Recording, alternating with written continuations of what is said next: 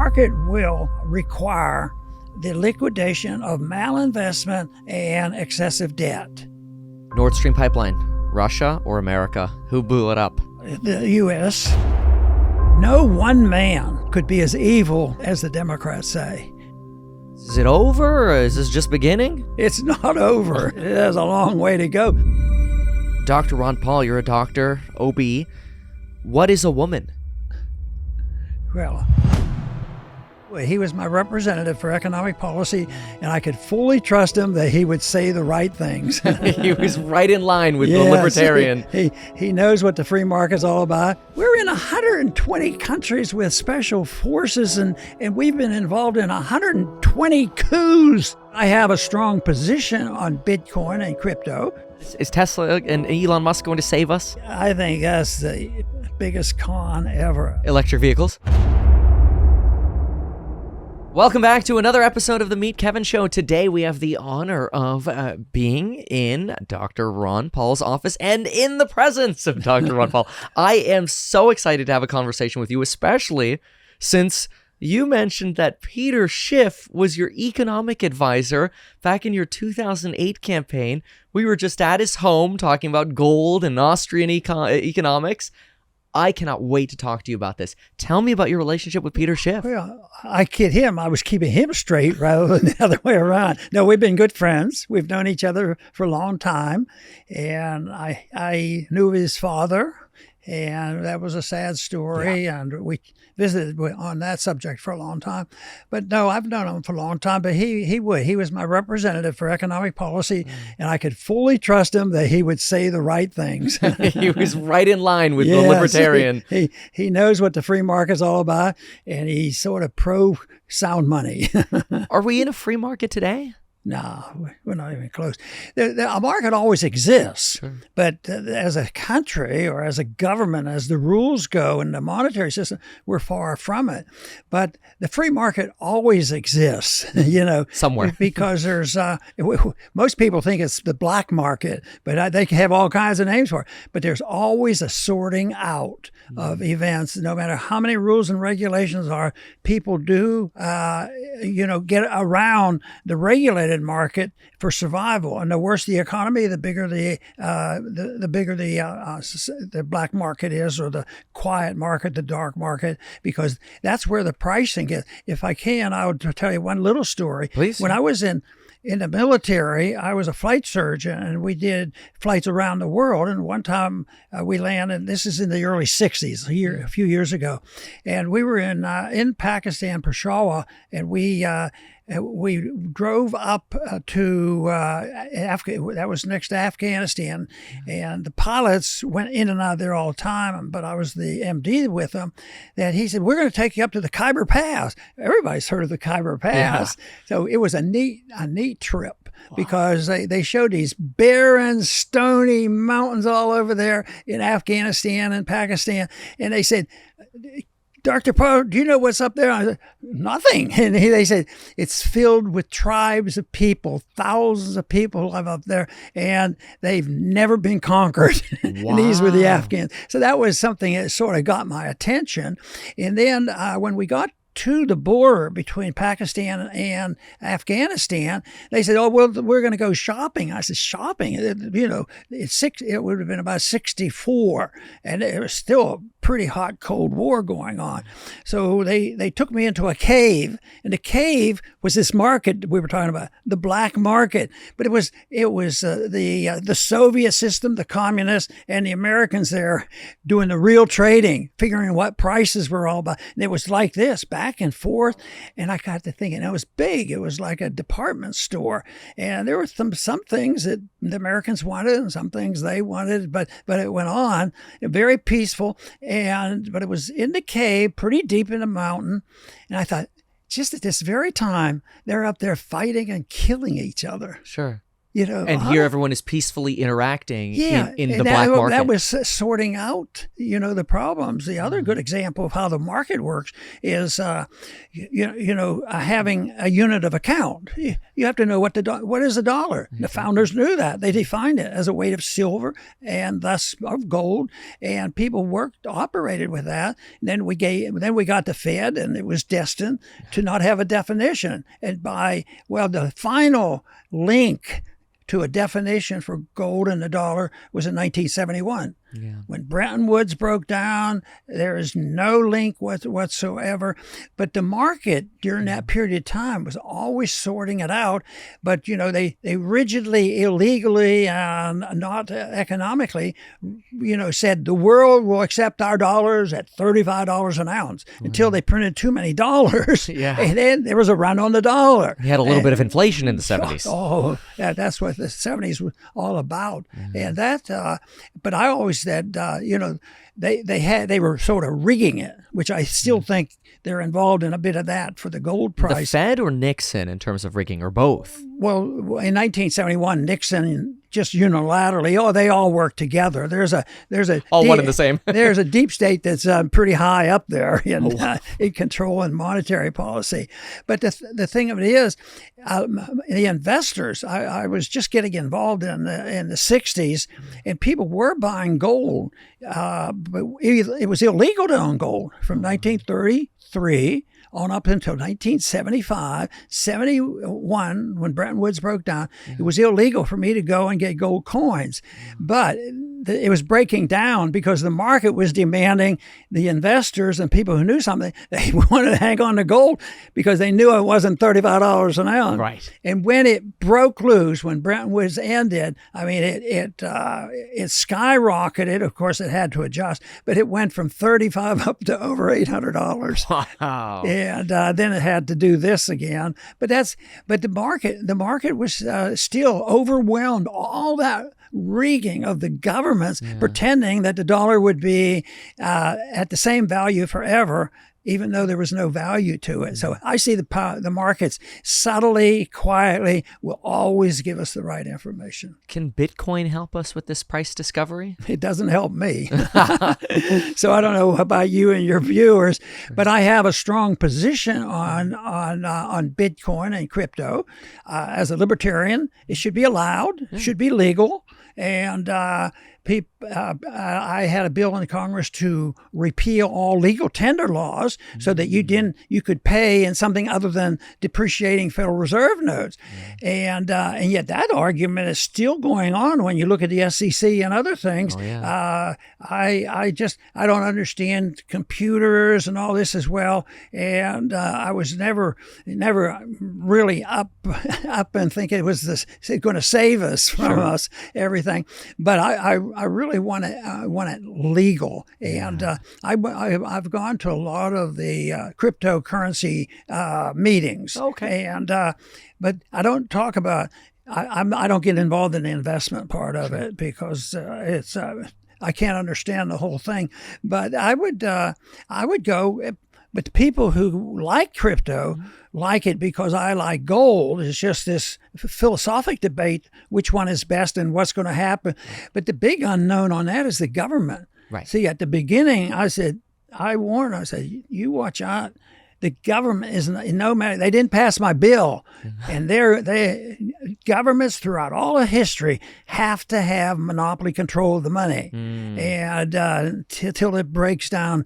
And that's what happened. That the government eventually they're going to be involved. The IRS and the whole works. So I'm a cynic when it comes to that. So I want real privacy. See, that's interesting because the chairperson of the SEC, Gary Gensler, was just on CNBC yesterday talking about their lawsuit against Binance and Coinbase. And the arguments started with disclosure and regulation and licensing and that. But a few times in the interview, I almost feel like he slipped up and he said, well, why do we even need a digital currency? We have the dollar. You can exchange the dollar digitally at your bank. And it almost seemed like he was starting to get a little philosophical, anti-crypto, because it threatened the dollar. Is it possible the SEC is trying to destroy crypto to preserve the dollar? I believe there'll be government that will striving for that. I think, right now they're talking about, an international digital currency, globalism, and the globalists are alive and well.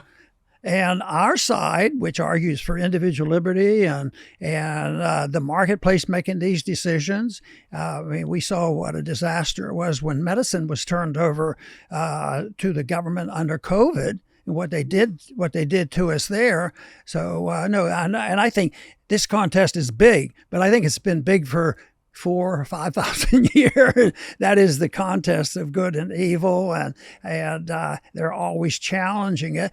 But I also recognize and worked on the assumption that we were fortunate and have been fortunate to live in a country that at least had respect for the Constitution, which is dwindling for a long time. John Locke and influenced Jefferson, and that was good stuff, but lately it's not doing so well. But, I still think that there's a significant number of people who, if they were given the right information, I still think people will prefer liberty over slavery, but they have to have the information. And right now, the people who wanted to work for globalism, their tool was, taking the educational system. The progressives for 120 years took over the education system, and all this junk that's coming on now, this bizarre, crazy stuff.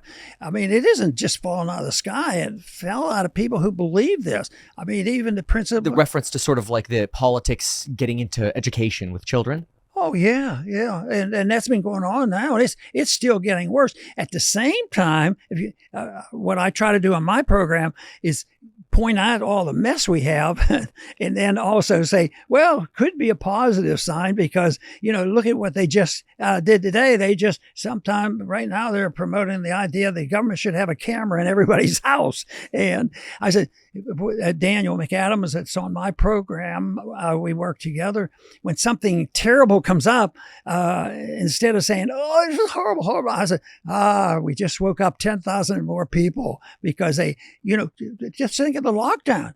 People, the parents decided maybe their kids were valuable and they shouldn't take it for granted. And there's been resistance to it, but the back and forth is going to continue because the authoritarians, the cultural Marxists, they will not give up easily, and it's big time. And I do believe in a deep state that has a lot of control. A lot of people talk about Soros, but I think there are a lot of Soroses out there, and they get involved in places that are very, very important. But some of the things going on, though, people I talk to say, why? Everything is crazy. How could this happen? Why did they do this? And I spend a lot of time trying to explain that to myself and others. Well, I ran for governor in California, and hey, I came in second of recall candidates. So I wanted to change a lot of what you're talking about here, which specifically one of the things I wanted to ask about and touch on is this cultural Marxism and the deep state. Did the deep state get to Tucker Carlson? Is that why he got fired? Oh, no. Oh, you mean, did they punish him? Yeah. I think it was probably more complex than that. I think they hate his guts, but because the deep state and the opposition, they're nihilists and they can't stand anybody that tells the truth. So I had an example during one of my campaigns. I gave a speech, and the students at the campus, they were very, very excited about it. And I talked about the Constitution when, what do you do? I said, look to the Constitution. You can find most of your answers. And they said, so I promoted the Constitution, although most of my talk was, to wake them up. And I said, you've come to me and you're complimenting me, but the next candidate got up and he more or less said the same thing, that we should look at the Constitution. I said, why aren't you talking to him? And he says, we didn't believe him. Oh, wow. No, trust is a big factor, and even if you say some of the things clumsily, but people can sense, and I think that's what's going on right now. I think Tucker was one that they say he's not making this stuff, and look at what do you have? 17 million people watching. People are dying for this kind of stuff. They don't want the candidate, the representative, to say everything. You can't say everything that everybody's going to agree with because we don't all agree with things. Impossible. But they do want an honest answer. They want you to do your best to tell the truth. And if you have a little bit of knowledge, and the thing that I've emphasized, free markets and personal liberty, I really believe in it. So. Well, you had mentioned John Locke a little bit ago, and John Locke was, of course, all about limited government. The Treatise of Government, limitations. Does it feel like government is becoming more and more unlimited these days? Oh, yeah, certain branches of it. I think that's what's happened. There isn't. How about a good example would be the Justice Department, monetary system. It's all done in secrecy. I had an audit years and years. I went to Congress first in '76, and I shortly thereafter had a bill, to audit the Fed. Because it's done secretly, and they have so much power. I think all this talk on budgets all fake, because they can handle so much cash, and you can inject or change interest rates or trade, securities and all. They can bail out banks and governments. It is huge, and if I understand in the investment business, boy, you have to be pretty smart to figure all that stuff out. I don't know that anybody can figure it all out. There's so much. It's crazy. Oh, yeah. But you were on the banking committee when you worked in the House of Representatives. The whole time I was in. Yeah. What do you think about this banking crisis? Is it over, or is this just beginning? No, it's not over. It has a long way to go, because people will say, they'll agree with me basically, and they say, well, what can we do? Don't we have to get more people like you in the Congress and get more and change the Congress and vote this down? I said there was a time you could, but you can't do that anymore. It's not going to be, you can't get enough people. They're not going to listen. The corrections are too painful. It's not going to happen. Even though we have in our history an example of that. Of course, our first history of it was the continental dollar, because we had a new country and we got rid of the continental dollar and we defined the dollar in terms of gold and silver. Well, that was early history. But then during the Civil War in 1961, we went off the gold standard. And we had greenbacks back then. So that went until after the war was over. There was a lot of debt, and they were still using, and the economy wasn't doing well.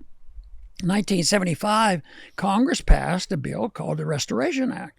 The Restoration Act said, we're going back to the gold standard. There's a mess out there, and we've abused it, and we want to redeem it in gold again. And it was transition was 3-year period. And they withdrew greenbacks. Spending was not out of control. And by the time they did it in 1878, it was a non-event. But they can't do that now, because nobody would believe them. I mean, if they came to us now and said, okay, we're going to pass, the Congress, just had a budget thing there, and they put in here in 2 years from now, we were going to have a gold standard, and we were going to balance our budget, and we weren't going to have any foreign wars, and we were going to rein in the welfare system. Yeah. Nobody would believe it. I mean, nobody believes the government now, which is probably one of the healthiest things we have going for us, because too many people cannot give up the trust and the confidence in having the government take care of them. So that's not going to happen. Even though I believe that the strength of the liberty movement and sound money is very, very strong, and we're having a tremendous amount of influence going on. And even though COVID was a horror, a lot of Americans woke up, and the people decided maybe parents should have responsibility for their children. That's a big deal. Otherwise, they were lackadaisical, and they send them off to a government school. It's one of the reasons that I have a homeschooling program. Oh, wow. So I think homeschooling, if they get if they get rid of homeschooling and private schooling, my optimism is going to fade. I'd still be optimistic that ideas have consequences, but it's something that people. I do believe that people will respond. I work a lot on trying to keep our country out of stupid wars, and I say, how did these wars get started? And then I mock the people who do. I said, I know how they get started. You get a bunch of kids, 18 to 25 together, and they call up somebody over in Ukraine or Russia or China, and they get a group together, and you put the teenagers together, and you know what? It's just so boring. Let's have a war. Wow. Why don't we start a war? I mean, that's not the way it does it. The kids are the last ones when they have a brain. That's the last thing they need or want. That's a good comparison. Is it more like maybe Lindsey Graham, that kind of style? Or, Yeah. he seems very excited about sending that money to Ukraine. What's your take on that? I think it's the craziest thing I ever heard. I think that the first thing is I was very much involved in the anti-war movement in the first part of this century under George Bush. And my simple answer was and is, the founders thought about this, and they have a simple rule. You can't go to war without the Congress declaring war. And I brought this up. I was on a foreign policy committee when they were getting ready to expand and go into Iraq. And I knew everybody was going to vote for it, so I introduced my amendment. I said, this amendment is to declare war against Iraq. Of course, that's what I didn't want.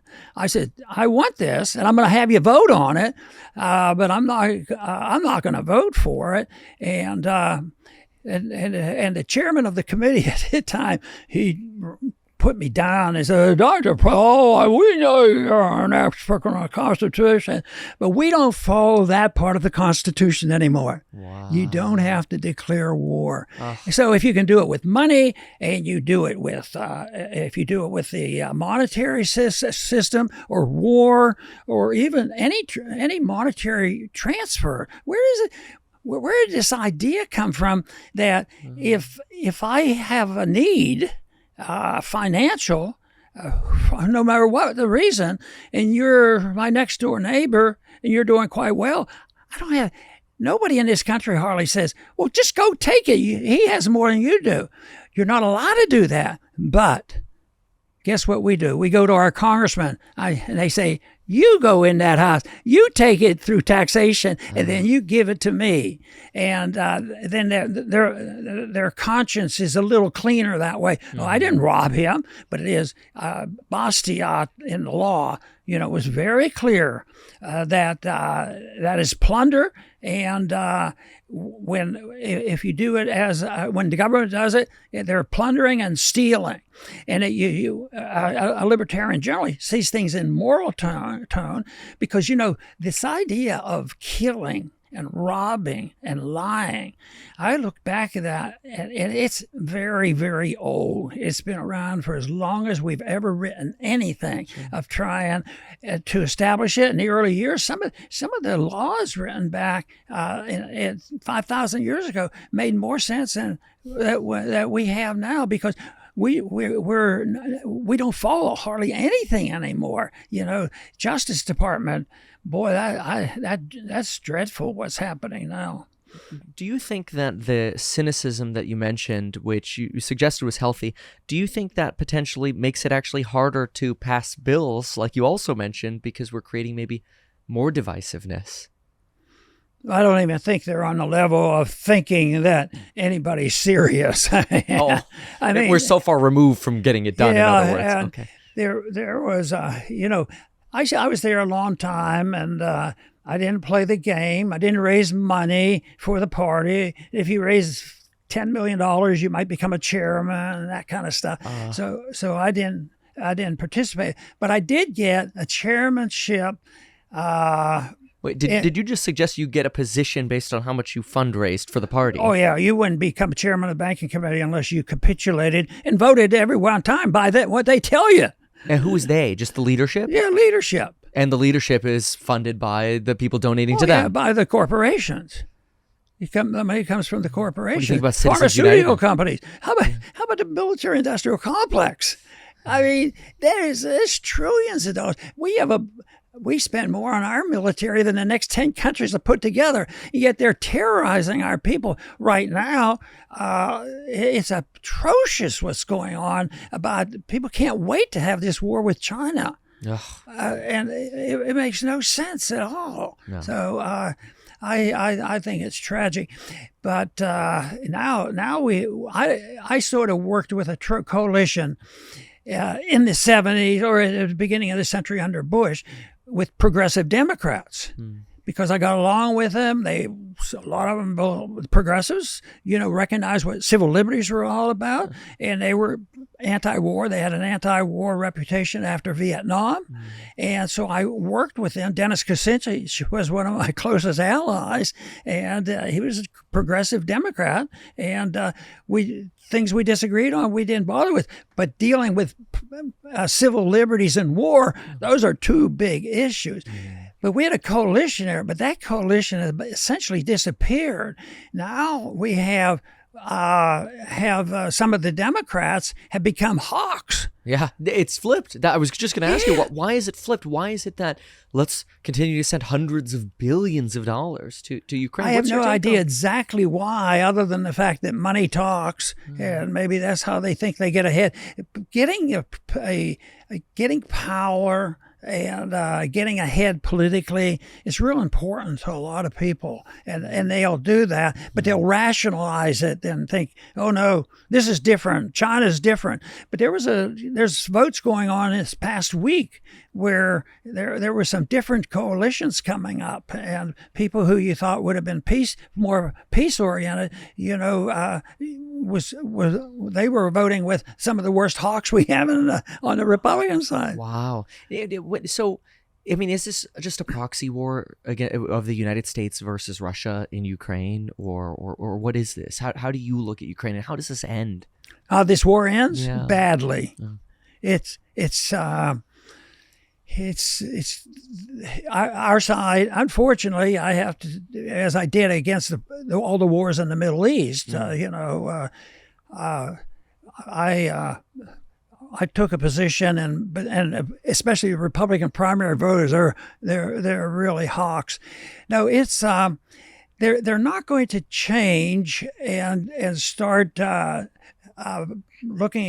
declaring war again. They assured me. I think the first month I was there in 1976, and they assured me, I was on a radio program, and they assured me that they will never declare war again. They're just going to go to war when they feel like it. Wow. And then that chairman of the committee put me down. That would have been about 1972, I guess. 2000. That would have been 2002, sure, before we were going into Iraq.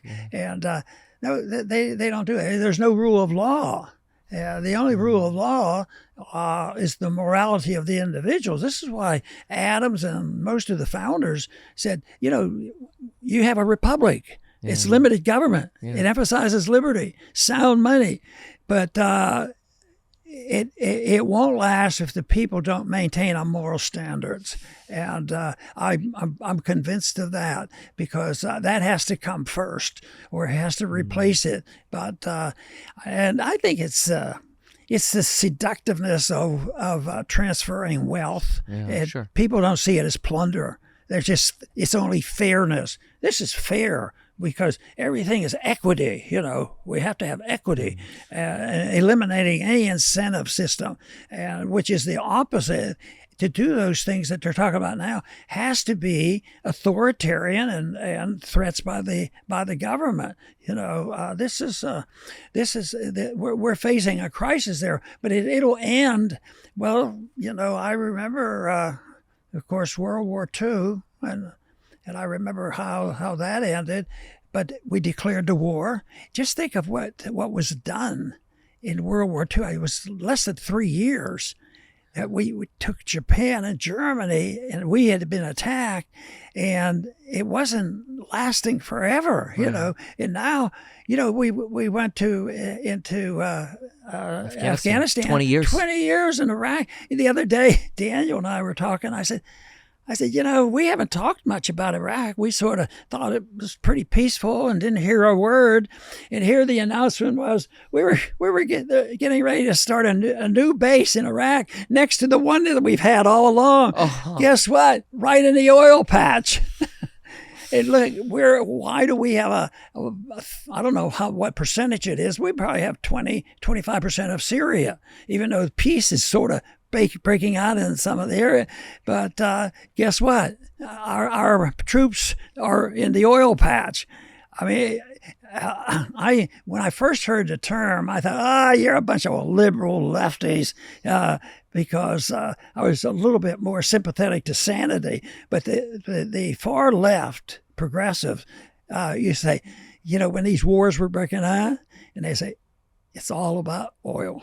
Oil. That's what it comes down to. It's a big deal. If you want to be able to make a quick few $100 by just referring a link to somebody else, well, the sponsor for today's video is actually me, and we have a new feature for you. If you click the link down below, you could actually sign up to get an affiliate link for the courses on building your wealth down below. So that's the real estate investing course, the property management course, that's how I became a millionaire, the stocks and psychology of money group, the how to make more money featuring artificial intelligence group, any of those courses. If you refer those to your friends or family or anyone that you know, you could earn a 30% commission. All you have to do is click the link down below and you will get your very own affiliate dashboard. Remember that one of the reasons this is my favorite sponsor of the channel is not only because it's me and it's easier to work with, but we have a really great customer service when you email us. If you need help, just send us an email at staff@meetkevin.com and we'll take great care of you. We add value all of the time to the programs, so they grow in value over time, and that's why the prices tend to go up over time as we increase content to the programs and continue to add value and support.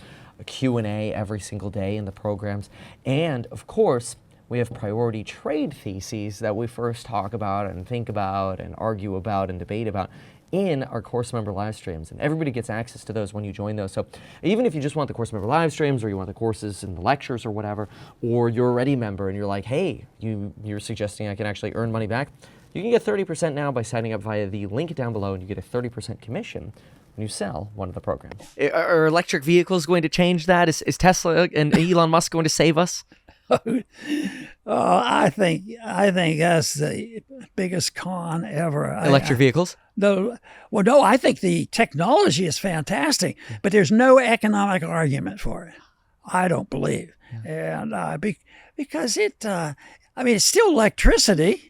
And I saw a report this week, and it was talking about how many places you can refuel, how many cars there were, and how many refueling stations there are. It's just not there. I talked to somebody not too long ago.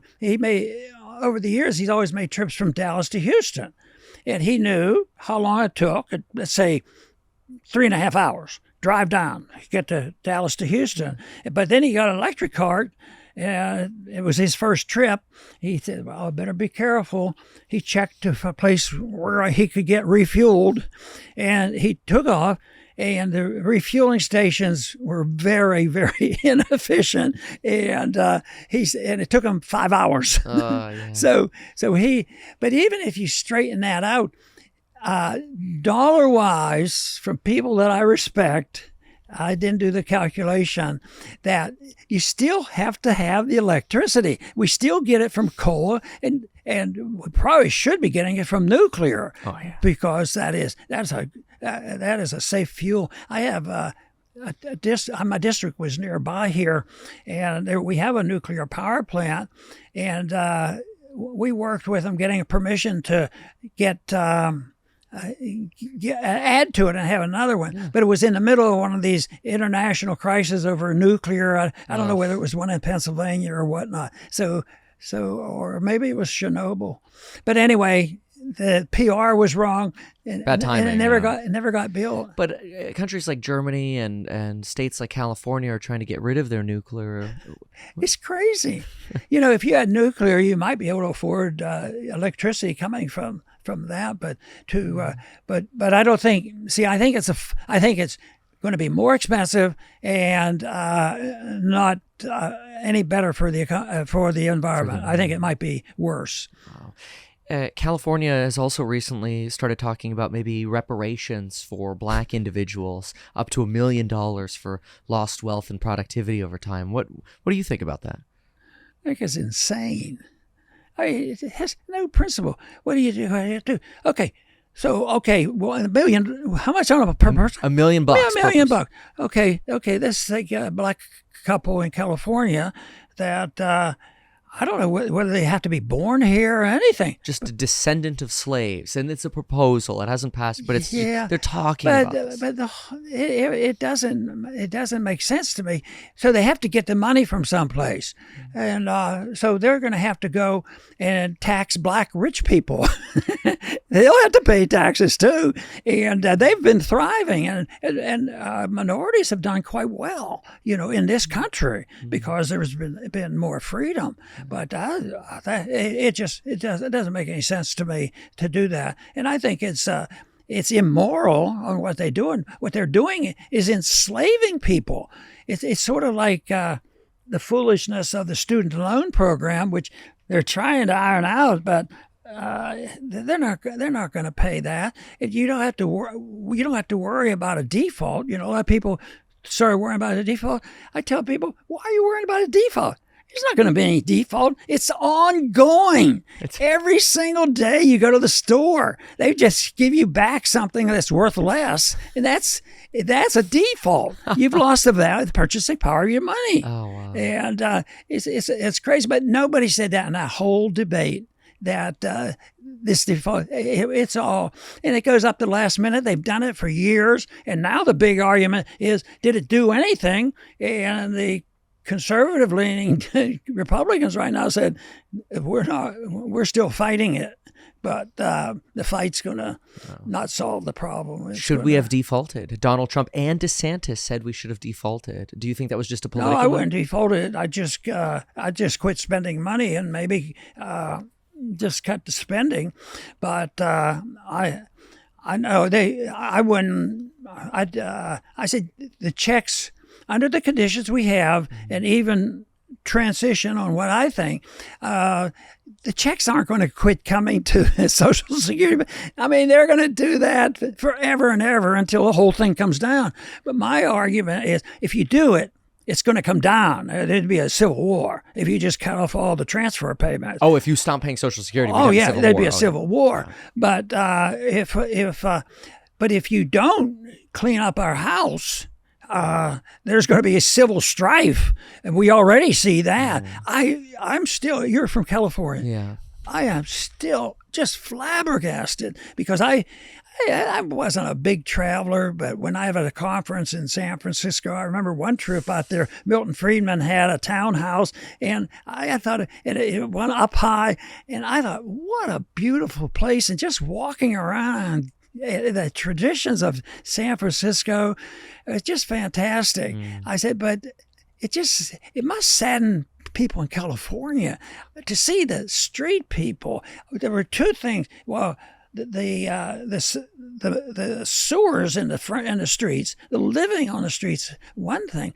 But the other thing, my wife is pretty much non-political. She goes along with what I do, but she's non-political. But the one thing that she's expressed more disgust with was places like California and many other places where teenagers, gangs, would march through a store and you weren't even allowed to touch them. If we were a store owner, in the old days, and even in Texas now, if it's your house, you can defend yourself. You're shot. Yeah. Of course. People never touch our rural area because they know there's police there. But the policeman can't protect us. That's a fallacy. Sure. But that was really disheartening to her to see them breaking things down, breaking the windows. And the next thing is, I don't know. Maybe they're just playing the same recording over and over again, but it's so sickening to see them beating up a person to death on the street. It's terrible. That's back to the moral issue of a society of what's going on. It's terrible. A lot of problems there. How do we start solving that? Do we start with ending the Fed?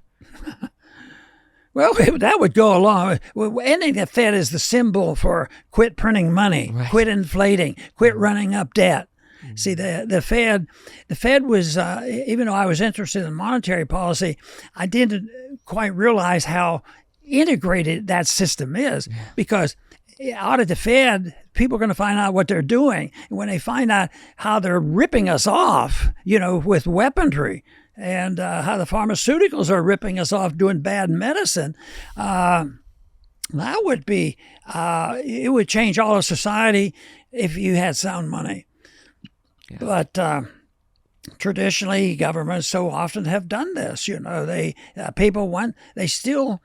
people can be convinced that they can get something for free, but I still want to believe that people know what's right, and that if they had the sense of being productive and producing something, that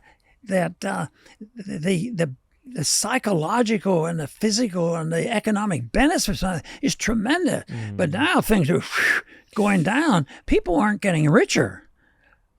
People are getting poorer, but they have to relate it to, and I do concentrate on the Federal Reserve. So indirectly, the Federal Reserve is a big deal, but you have to know where the integration is. It deals with war, it deals with welfare state, it deals with honesty and integrity and all of these things. So it's that dishonesty that leads to the chaos. But people say, well, Ron, if you close the Federal Reserve down and the checks stop, that is really going to be chaotic. I said, that's true. That's why you should have a plan to gradually do it. But what if we would go to Venezuela or Germany in the 20s? Weimar Republic. Whoa, boy, that's not going to be very friendly. And you think we're on that path essentially because if we of the continue, it will. Yeah. It will, because I think the signs are on our streets already. What about this argument that innovation is so deflationary and that artificial intelligence perhaps will lead to so much deflation that all the money printing we're doing now and the debt today will look relatively small and we'll have relatively low inflation despite all the printing because we'll be able to continue to innovate? So in other words, just print away because that negative will offset the inflation we're creating. What do you think about that? Well, I think you have to think that through. I don't buy into the nirvana and it's all going to come and be easy. But they worried about that throughout the centuries. What about these cars and the shoey our horses and all? They're always arguing in the automation in the Industrial Revolution. It'll do away with jobs. It builds jobs, and but I think there's going to be a lot of learning yet about artificial intelligence. I'm afraid it's going to be very artificial. It's not too optimistic. No, I mean that's inviting a cop out. That if we put that little machine up there, it's going to be smart enough to do it.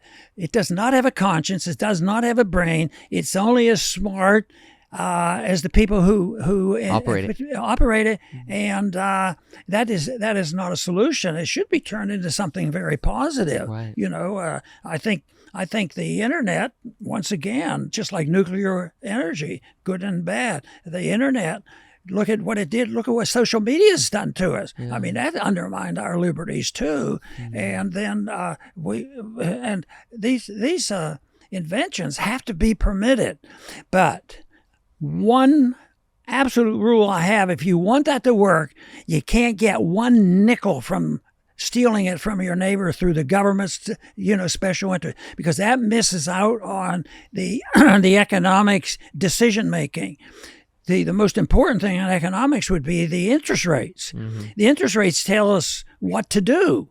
If people are saving, that's an indication, and this is very, very helpful. So we got rid of the definition, of money, and now we lost all the most important information. I might be exaggerating, but that's what I believe. I think the most important information in a free market is knowing what the interest rates are, because you know whether you should save. But just think, did our interest rates go down below zero?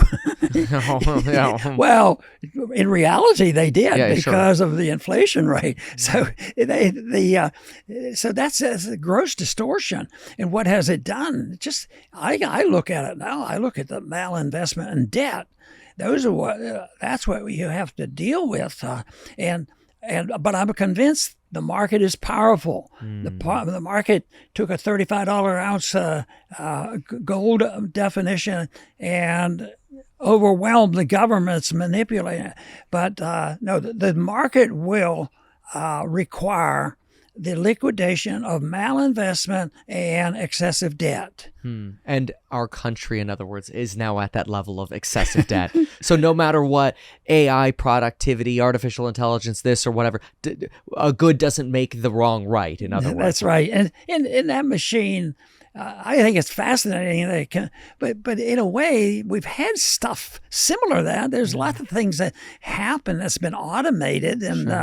And sometimes, though, maybe people would wake up and decide, I'm sick and tired of talking to these machines. Yeah. Well, one day. So, I mean, I hear you loud and clear on the distortions, really, of taxation and this excessive spending that we're doing. Could we rein this in by just saying something like, hey, sorry, no more funding for Ukraine, or where would you cut from the budget? I mean, somebody's going to be unhappy. Now, in economics, you can't, an interventionist, and that's what people want. It means that you pick and choose. Then it becomes a political issue. And then it destroys the society of freedom, because majoritarianism will work. So you get 10 special interest groups together to become 51%, and they can cancel out the people who just want to be left alone. And I think that's where we are. So you see, I'll bet you, if you listen to the TV and the regular television, I'll bet they say democracy, protect democracy, hundreds of times every single day. Yeah. And libertarians generally think that pure democracy is very, very dangerous. It's dictatorship of the majority. Majority rules, exactly. 51%, and they rule. And the people who want to just be, emphasize responsibility, they become the victims, because 51% can go after what they have.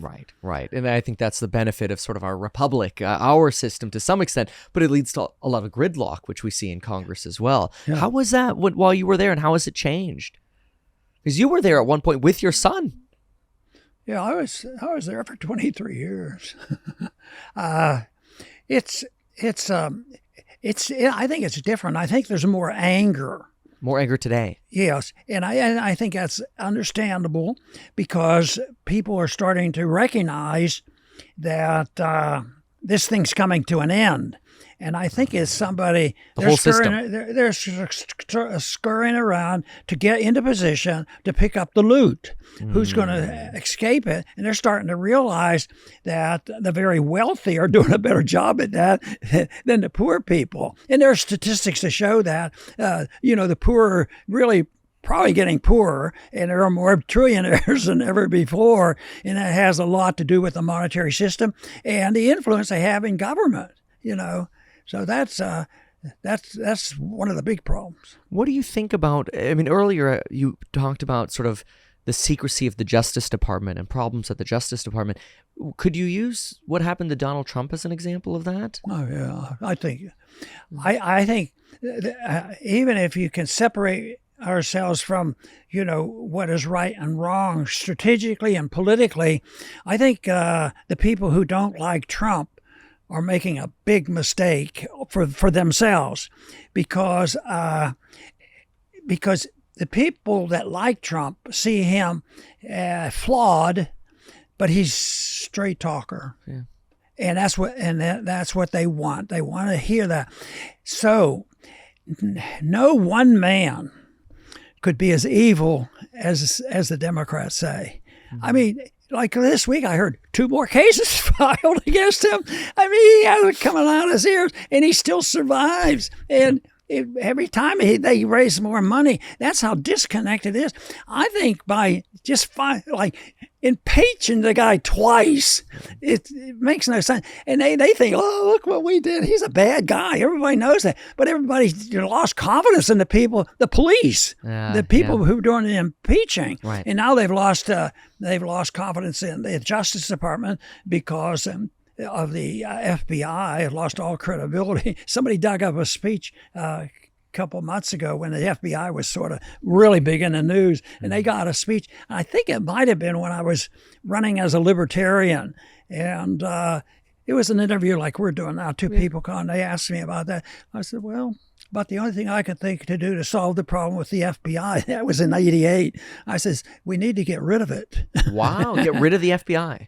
Oh, yeah. Would you still do that today? Oh, more so than ever. Really? A lot of people are So talking. what about like the CIA and some of these other, just Lord. get rid of every 3-letter organization? We're in 120 countries with special forces, and we've been involved in 120 coups.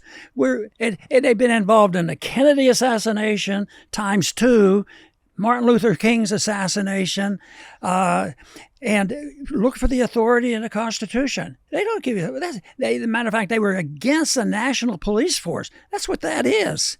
And no, I think. But what amazed me is, oh, I didn't know I said that for long ago. Yeah. They were playing it back. Sure, They're saying, hey, look, he did it back then. But that was an instinct. But they're all supposed to be there to protect us. Isn't that what they do?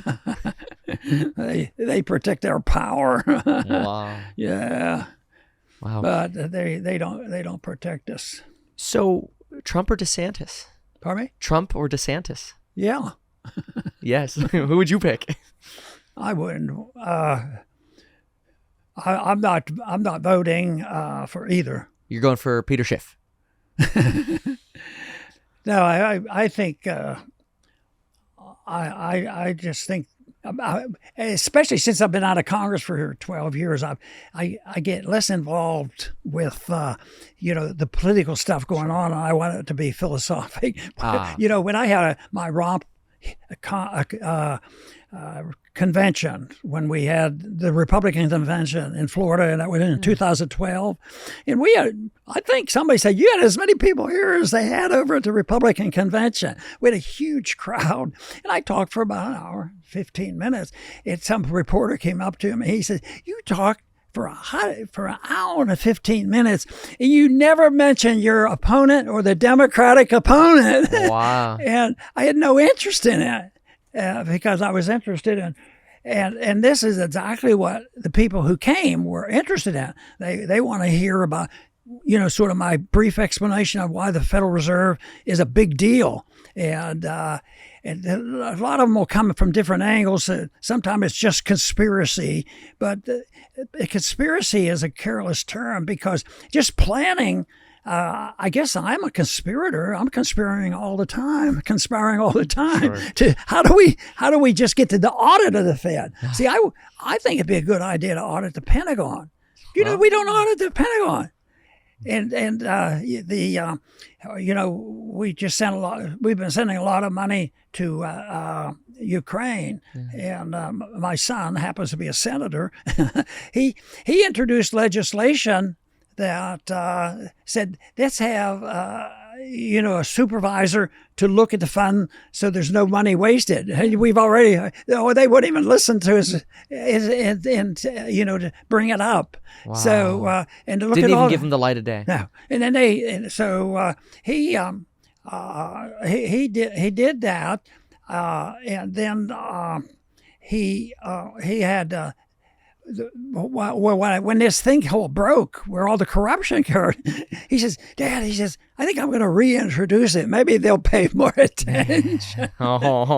So is this, I've heard you maybe 2 or 3 times talk about going back to philosophy. I'm a political science major, and econ and accounting is sort of more minors. But I remember from political science, a lot of study on philosophy, and one of the most core tenets was this willingness to discuss the root causes of why things are the way they are. Is it possible, though, that social media today makes everyone much less patient to ever even have that discussion or to listen to a different idea because you could just scroll to somebody else who agrees with you? Yeah, I guess people do move quickly, but I think there's a net benefit for the discussion that's pretty sloppy. Okay. And I do my program every day, the Ron Paul Liberty Report, and I do live stream. I don't have a real big audience, but significant. Every day and where are you airing that? Let's tell the It's audience. on Rumble. On Rumble. Okay. Yeah, Okay. Ron Paul Liberty Report. And that, I couldn't do that. Are you on the internet? Absolutely. Yeah.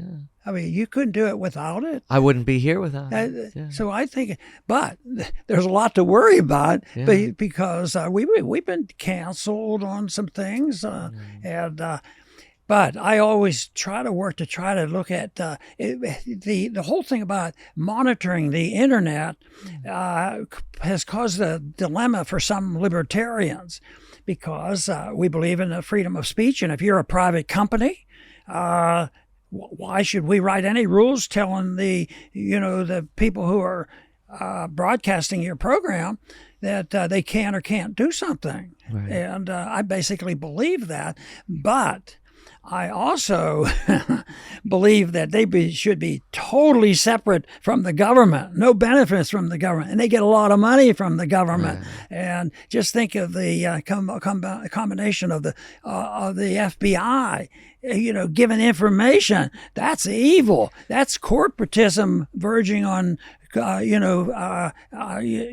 fascism when they're doing this much. So the press is being used in an evil way. But the technology is there, and there's still some, and I think people know the difference. But if you and I had a newspaper, or you have your organization, mine, I mean, nobody for a minute would think. I have my little studio here. I mean, everybody knows you can't walk in here and say, well, this is freedom of speech. I'm going to give them a message today. And everybody knows they can't go into a church and do that. So I think what they lack is a full understanding and determination that property is very important. We understand that about our house. We understand that about our churches and synagogues, and they're not to be interfered with. But when it comes to, say, commercial property, we can tell you everything and anything you can do with it, who you serve and what you're going to pay and what the wages are, all this nonsense. It should be private property, would solve a lot of problems that we face, because of too many government regulations. So this is the suggestion that government really has its hand in too much media, like we saw potentially with the Twitter files, FBI involved in what people are saying on Twitter. What do you think about this? I mean, if that's happening at Twitter, I just wonder what's happening elsewhere. It must be pervasive. No, I think there was a little statement today in the news where a certain generation, a younger generation, a group, I'm not particularly enthralled by putting every one of us in a different group, Sure. So, but this young age group was asking, it was considered astounding because a third of these young people said, we think it would be a good idea for the government to have a camera in everybody's house. That's full ignorance. Some of the most exciting things have been the people I met at college campuses. The best rally that I have ever had was in California in what's that famous school up in Berkeley? Berkeley. It was my best rally. But I've had a huge crowd, but it's a big school, so I probably had just a small percentage. But I was encouraged because I gave my talk like we're talking, and I think there was an opening for that.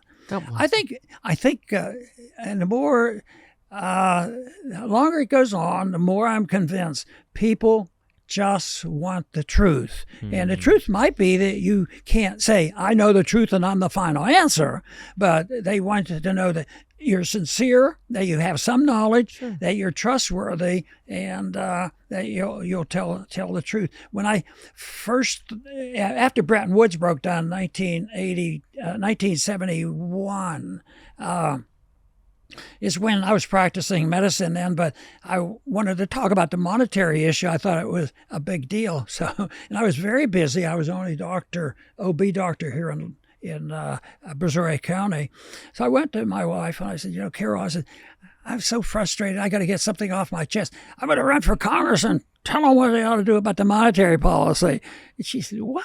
What are you doing that for? And I said, well, I just have to feel like I'm doing something. And she said, well, that could be dangerous. I said, dangerous? Why would it be dangerous? She said, you'll be elected. But I assured her there is no way. There was no way. And most people that knew what I was doing would have agreed. There's no way. Well, you were wrong. But you got in. But that's the whole thing. I think there's a lot of people are thinking and agreeing.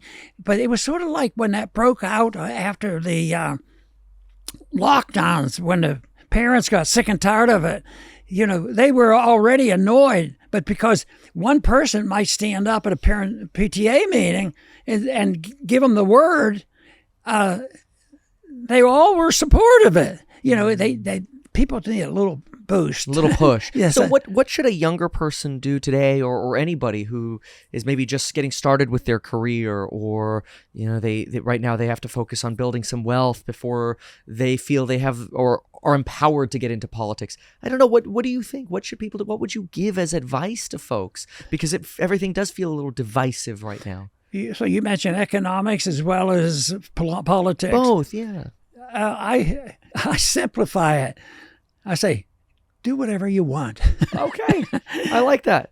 Because you're Whatever doing feels something, good. I don't know when you started and all that, but you obviously wanted to do it. Yeah. And I did what I wanted to do, because some of them wanted to, and some of them did this. Some of them, because of exposure, went to medical school and then ran for office. And I said, well, okay, if you want to, but I never advise people to run for office. If they do, but to me, it's important that it's not to join the gang. If you just, because it's worthless. If you say, yeah, I have a strategy, and I guess I have to raise some money first. So I never thought in those terms, raise money and do this. But it was fun winning. But I really think it was different than a lot of people, because I think that they were voting for what I was saying, of the philosophy, that they were endorsing what I was saying, and that validating. That made me feel good. Yeah, absolutely, 100%. Now, do you think it's gotten worse though? Has politics gotten more challenging than more recently, to where it's even worse to run for office today than it used to be, or has it always been a bad idea in your Well, if you read what the early founders did, they went through pretty rough and tumble campaigns. Good point. So I think it's always been that way. But I think, and I tell people, yeah, you should worry, it's bad. I said, but I remember the tail end of the Depression. I remember World War II. I remember Korea. I remember Vietnam and the gold standard, all this stuff. I said, but we got over it, and we survived. And it was terrible 20th century.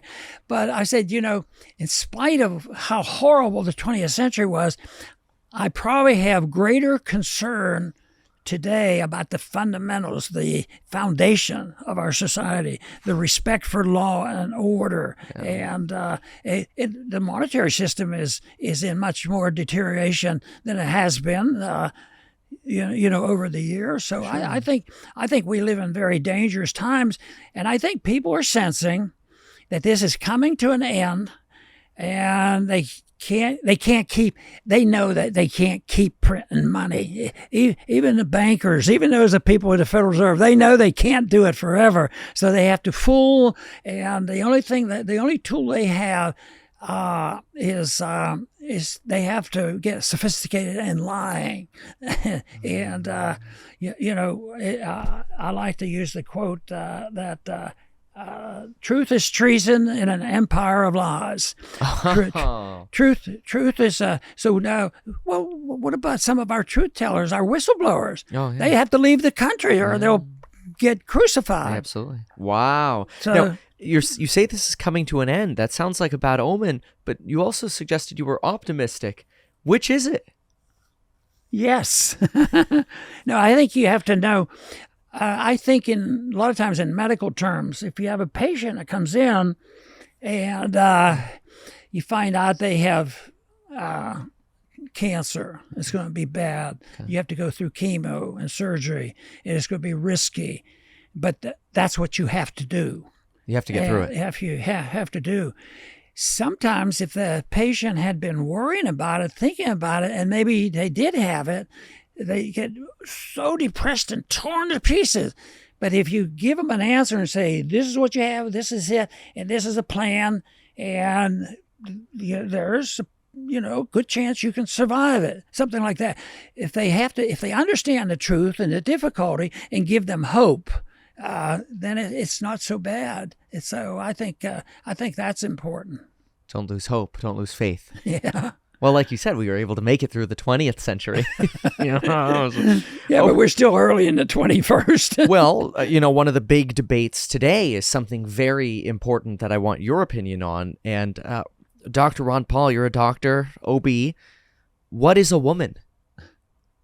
Well, if I probably would flunk, if I'm in medical school, I probably would be wanting definitions that would be more scientific than what's going on today. That's all complete nonsense.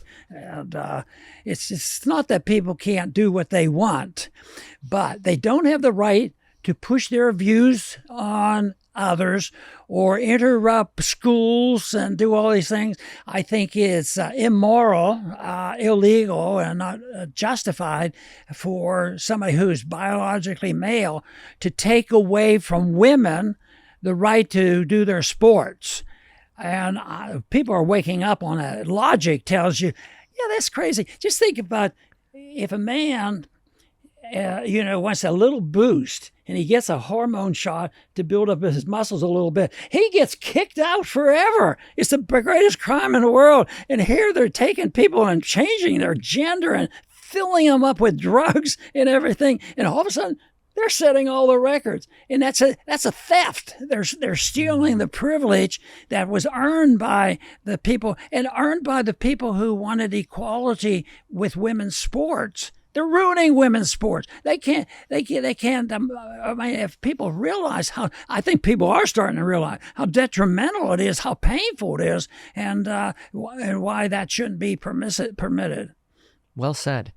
What about gender-affirming care for children under 18?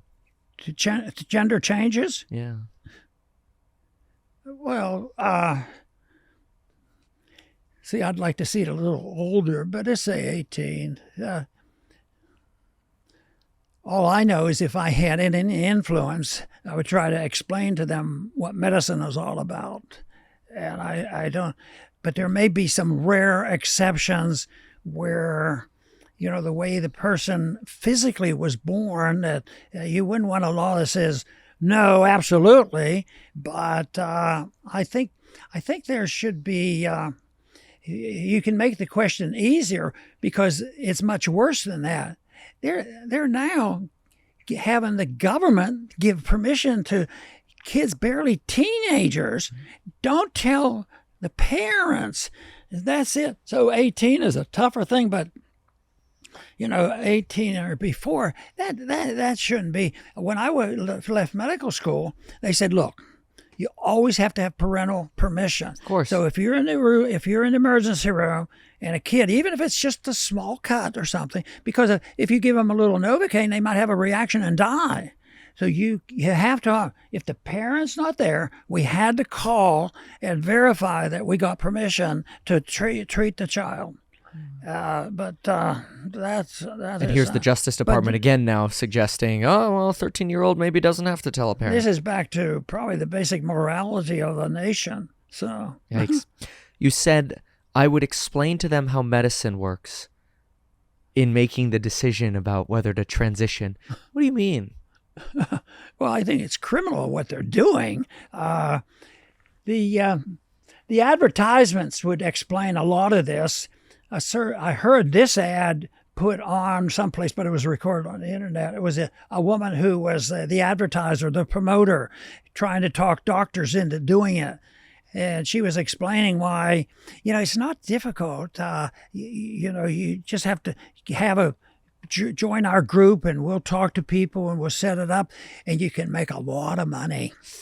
And they said also that it lasts for a long time. They have to keep coming back. It isn't just one operation, it's over. Then they have to get in medication. So it's sort of like the pharmaceutical companies that they're criminals as well as what they have done. Teaching doctors and badgering them into saying, oh, we don't believe in that natural immunity anymore. That's crazy. And this whole thing about surgical change in gender, now you can start reading the stories, and I think it's not a very natural phenomenon, although I'm still not against somebody. Well, first, there should be no national law, but if the states did it in some type of a regulation, but they have too much license now, especially because they've taken advantage of a young person who's not of age and doing that. It's not sewing up somebody in the emergency room without permission. This is a big deal. Taking advantage of someone for life, for profit. Yeah. I have two final questions. Biden. What's going on? He's having trouble riding a bike, walking at the Air Force Academy. Is he our president, or is somebody else running the government? Is he the president? Oh, no, he isn't any more president than a lot of them.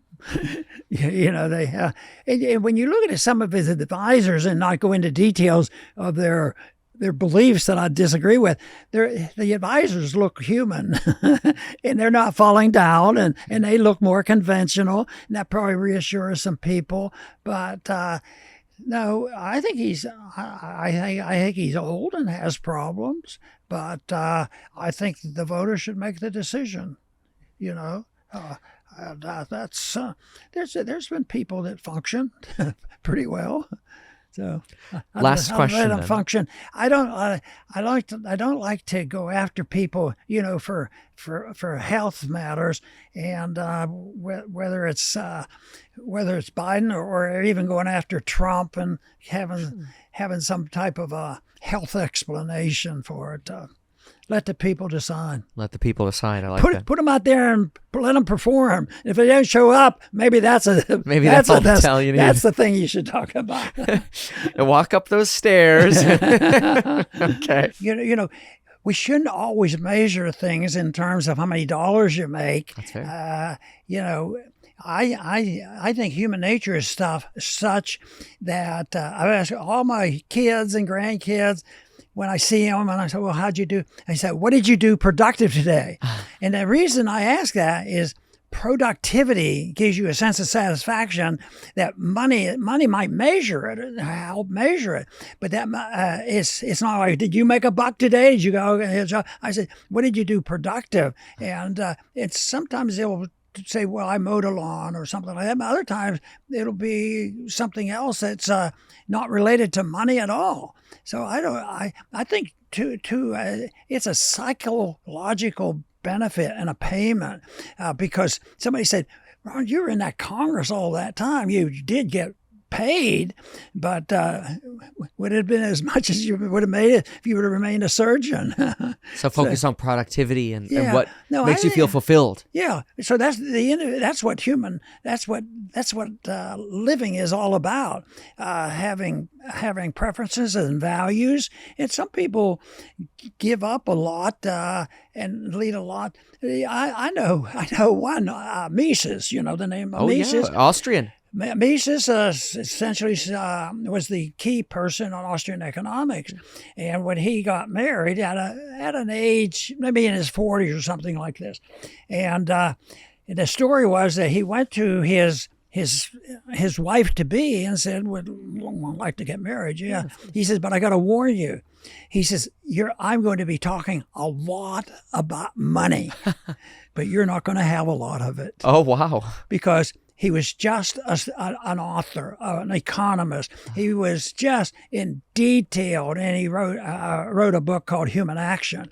It's just about this thick, and so his values were. But just think, he could have made. Well, they say he could have made millions of dollars, but here, nobody cares how much money he had, and yet we who know who Mises is, he's more recognizable now than he was 50 years ago. Yeah. Do you remember when the first time you heard of Mises's name? Oh, when I was studying at UCLA economics. Although they like to teach Keynesian. Teach what? They usually just stick to Keynes, John Maynard Keynes. Yeah. Well, at least they mentioned him. Oh, it was definitely, yeah, absolutely. Yeah. No, so that's. But I think he's better known now. So, but freedom of choice. I like that. One. If I get stumbling around and what do you do here and there, I like to limit it to short sentences or short words. And one word I like is voluntarism.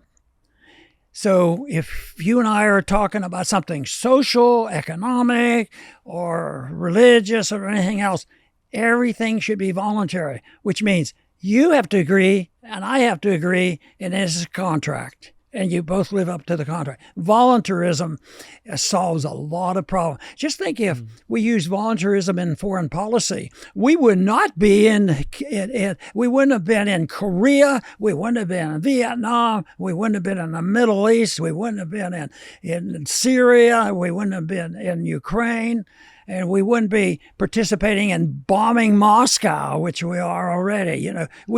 The Ukrainians have our money and our weapons, so it's a pretty technical difference, because the Russians know we're doing it and we know we're doing it, but internationally speaking, we have not declared war. Are we knocking on the door of nuclear war? Let's hope not. I don't think so, but just because they're out there and there's crazy people out there. But so far, sanity has prevailed. I was still disgusted that we had to prove we could drop 2 of them. Yeah, no kidding. Final thought. Nord Stream pipeline, Russia or America? Who blew it up? The U.S. Oh. We'll leave it at that. Oh, what? We'll leave it at that then, huh? The CIA. You're talking about the pipeline from Russia over to Germany. Yep. Yeah, like the most recent one, bombing up the dam. The dam. And they say, the Russian blew up their oil line, gas line, and now they just blew up their waterworks that was cooling their nuclear power plant. In territory they control. But then you have the unfree media out there saying, "Oh, must have been Russia." Pretty bad. How can people follow you? The best thing is to join us every morning, Central Time at 11 a.m. on Ron Paul Liberty Report on Rumble. Ron, it's been a pleasure. Go ahead. Nice to be with you.